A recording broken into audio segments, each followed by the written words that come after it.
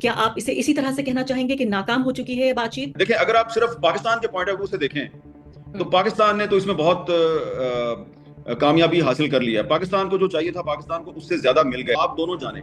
तो ये कैसी बातचीत है, ये कैसी रजामंदी है जिसमें जबर के साथ स्ट्रेट ऑफ हॉर्मुज को ले लेना चाहता है अमेरिका? तो मैं एक बड़ी इंटरेस्टिंग बात बता दूं। हम्म। इशू को डोनाल्ड ट्रंप अवॉइड कर रहा है, जिसका वो जिक्र नहीं कर रहा, जो इसकी वजह से ईरानी जो हैं वो खड़े हो गए जब चंद इंच के फासले पे थे। दे और बहुत आपको बड़ी बात सीज क्या है फायर आप? करना पड़ेगा। हामिद मीर साहब, इस बारे में ज्यादा रिपोर्टिंग नहीं हुई है जो आप ये कह रहे हैं, काफी बड़ी बात है और ये एक तरह की मैं कहूंगी काफी ये इनसाइड स्टोरी। लेकिन भारत में जो एक सोच है सिर्फ कि अमेरिका डेस्परेट था, वो चाहता था कि सीज फायर का अनाउंसमेंट हो या सीज फायर के लिए बातचीत शुरू हो कम से कम, और पाकिस्तान ने सिर्फ इसको डिलीवर किया। लेकिन पाकिस्तान अपने को बहुत बड़े हीरो के तौर पर दिखा रहा है। उन्होंने सिर्फ रिक्वेस्ट नहीं की, मिन्नत समाजत कर रहे थे कि भाई किसी तरीके से हमें निकाल। तो इस तरफ एक तरफ बातचीत हो रही है, ईरान के भी आप साथ हैं, और दूसरी तरफ सऊदी अरब के साथ आप अगर लड़ेंगे तो ये कैसे होता है? ये कॉन्ट्रडिक्शन को समझाइए।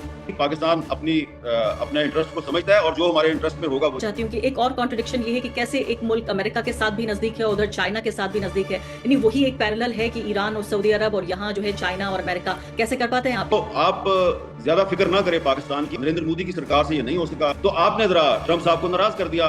मैंने पहले भी कहा वो इधर से थोड़े ढीले हैं, तो वो आपके खिलाफ हो गए।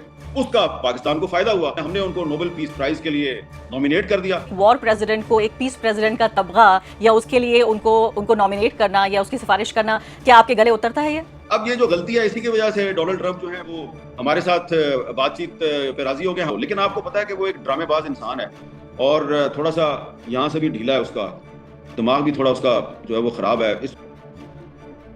नमस्कार, इस खास कार्यक्रम में आपका स्वागत है। मैं हूं आरफा खानम शेरवानी। ईरान और अमेरिका इजराइल के बीच जो युद्ध है वो लगातार एक तरह से जारी है, खासकर इसके बाद से जब इस्लामाबाद में जो शांति प्रक्रिया जारी थी वो पूरी तरीके से नाकाम हो गई है। अब तमाम लोगों का सवाल ये है कि इसके बाद क्या होगा।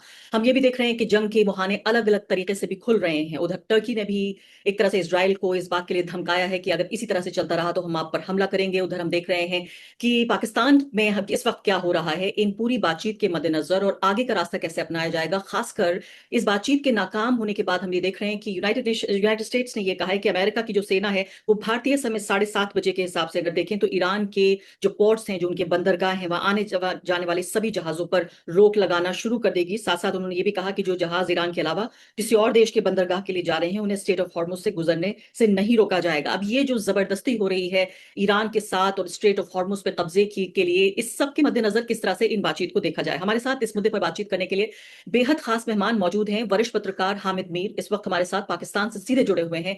हामिद मीर साहब एक तरह से पूरी साउथ एशिया के लिए एक आइकॉनिक फिगर हैं, एक ऐसे पत्रकार जो अपनी सरकार से भी लड़ते रहे और पूरे खित्ते में एक तरह से शांति के लिए भी वो संघर्ष करते रहे। और उनको मैंने एक यंग रिपोर्टर के तौर पर देखा, एक ऐसे व्यक्ति के तौर पर जिसने उसामा बिन लादेन का पहली बार इंटरव्यू किया, पहला इंटरव्यू, और उसके बाद 9/11 के बाद भी उन्होंने इंटरव्यू किया। शायद 3 बार हामिद साहब ने उनका इंटरव्यू किया है। पूरे अपने देश की जो राजनीति है उस पर उसकी रिपोर्टिंग के लिए जाने जाते हैं पिछले कई दशकों से, और मैं कहूंगी इस पूरे खित्ते के लिए बेहद इन्फ्लुएंशियल और एक प्रभावी पत्रकार माने जाते हैं। बहुत बहुत शुक्रिया हामिद मीर साहब हमसे बातचीत करने के लिए, हमें समय देने के लिए। सबसे पहला सवाल तो मेरा आपसे यही रहेगा कि ऐसा लग रहा था पिछले 48 घंटे या 72 घंटे में कि पूरा जो सेंटर ऑफ यूनिवर्स है वो इस्लामाबाद बन गया है। पूरी दुनिया से नेता और इसके अलावा तमाम पत्रकार, जर्नलिस्ट वहां पहुंचे और उसके बाद ये बातचीत नाकाम हो गई।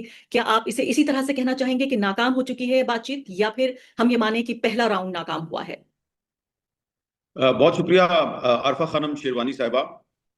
देखिए, अगर आप ने इस इस्लामाबाद में जो मुज़ाकरात हुए, इन मुज़ाकरात के बाद अगर आपने जो यूएस वाइस प्रेसिडेंट हैं जेडी वेंस उनकी जो एक मीडिया टॉक है उसको भी सुना होगा, और उसके बाद जो पाकिस्तान में जो ईरान के एम्बेसडर हैं उनका जो कल स्टेटमेंट आया था, अगर आपने उसको भी देखा हो, तो वो ये कह रहे हैं कि ये जो इस्लामाबाद में पीस टॉक्स हुई, ये कोई इवेंट नहीं था, बल्कि ये एक प्रोसेस है। और वो ये नहीं कह रहे ये प्रोसेस था, वो कह रहे हैं ये प्रोसेस है। तो अब आप डिप्लोमेसी को समझती हैं तो आप यकीनन इस चीज को अंडरस्टैंड कर सकती हैं कि जब इन पीस टॉक्स में शामिल एक सीनियर डिप्लोमेट जो कि पाकिस्तान में ईरान का एम्बेसडर है और इन इन टॉक्स में वो बैठे हुए थे, मौजूद थे, वो कह रहे हैं ये एक प्रोसेस है। तो प्रोसेस जो है वो काफी लंबा चलता है। अगर आप पिछले 5-6 साल के दौरान मुख्तलिफ मुल्कों के दरमियान, मुख्तलिफ कंट्रीज में जो पीस टॉक्स हुई और फिर जो एग्रीमेंट्स हुए, अगर आप उनको थोड़ा सा एनालाइज करें तो आपको पता चलेगा कि इतने बड़े इश्यूज पे, इतनी बड़ी डिस्प्यूट्स पर सिर्फ एक सिटिंग में जो है ना कोई बहुत बड़ा ब्रेक थ्रू नहीं होता, कोई एकॉर्ड नहीं हो जाता। और इसमें अच्छी बात यह थी कि 1979 के बाद ये सबसे पहला सीनियर लेवल एंगेजमेंट था जिसमें यूएस के वाइस प्रेसिडेंट थे और ईरान की तरफ से उनकी पार्लियामेंट के स्पीकर और फॉरेन मिनिस्टर बैठे हुए थे, and they engaged with each other, they exchanged their views with each other for more than 21 hours। 21, मेरे ख्याल से ये मुज़ाकरात नाकाम नहीं हुए हैं। जब 20 घंटे हो गए, बातचीत को 20 घंटे हो गए, और ये बातचीत 21वीं घंटे में दाखिल हुई, लास्ट आवर में जब दाखिल हुई, तो फिर जेडी वेंस और कालीबाफ के दरमियान एक बात पे इत्तेफाक हुआ कि फिलहाल जिन बातों पे हमारा एग्रीमेंट नजर आ रहा है, जिनमें हम close, we are very close for an agreement, हम उनको अनाउंस नहीं करते, और जिन इश्यूज पे हमारा इख्तलाफ है, डिफरेंस है, बहुत ज्यादा डेडलॉक आ रहा है और हर्डल है जो इशू, उस पर हम मजीद बातचीत करेंगे। और ये जरूरत थी जेडी वैंस की। बड़ी एक अहम बात यह है कि जेडी वैंस जो है वो 21 घंटे के मुज़ाकरात में उन्होंने 8-9 मरतबा एक्सक्यूज किया, फोन उठाया, साइड पे गए और डोनाल्ड ट्रंप के साथ फोन पे बात की।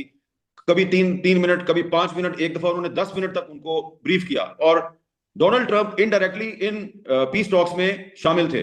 बार बार जेडी वैंस उनसे गाइडेंस ले रहे थे, उनसे इंस्ट्रक्शंस ले रहे थे। तो जब भी वो एक्सक्यूज करते थे और साइड पे जाते थे, तो जो ईरानी पार्लियामेंट के स्पीकर हैं Ghalibaf, who is a very well experienced politician, तो वो मुस्कुरा के बाकी अमरीकियों की तरफ देखते थे, फिर मुस्कुरा के वो पाकिस्तानियों की तरफ देखते थे, फिर वो मुस्कुरा के अपने राइट लेफ्ट पे अपने साथियों की तरफ देखते थे, और उनकी मुस्कुराहट में ये पैगाम होता था कि ये बंदा जो है बेचारा इतनी दूर से चल के आया है, ये वाइस प्रेसिडेंट है यूनाइटेड स्टेट्स ऑफ अमेरिका का, लेकिन इसके पास पूरी अथॉरिटी नहीं है बातचीत करने की, बार बार इसको जाके ट्रंप से बात करनी पड़ती है। बिल्कुल। आखिरी आखिरी घंटे में फिर जब जेडी वैंस वापस आए लास्ट इंस्ट्रक्शन लेके डोनाल्ड ट्रंप से, बैठे मेज पे, तो उनमें ये एग्री हुआ कि अब हम एक दफा वापस जाते हैं और ये प्रोसेस चलता रहेगा, हम दोबारा बैठेंगे, दोबारा हमारे मुज़ाकरात होंगे, जिन इश्यूज पे हम एक दूसरे के करीब आ गए हैं उनको हम पब्लिक नहीं करेंगे, जिन इश्यूज पे हमारा प्रॉब्लम है, हर्डल है, उन पर हम दोबारा बातचीत करके और दोबारा बैठेंगे। लिहाजा मेरा ख्याल है कि ये प्रोसेस अभी नाकाम नहीं हुआ, ये चलिए, मुझे प्रोसेस लगता है कि अभी चलता रहेगा।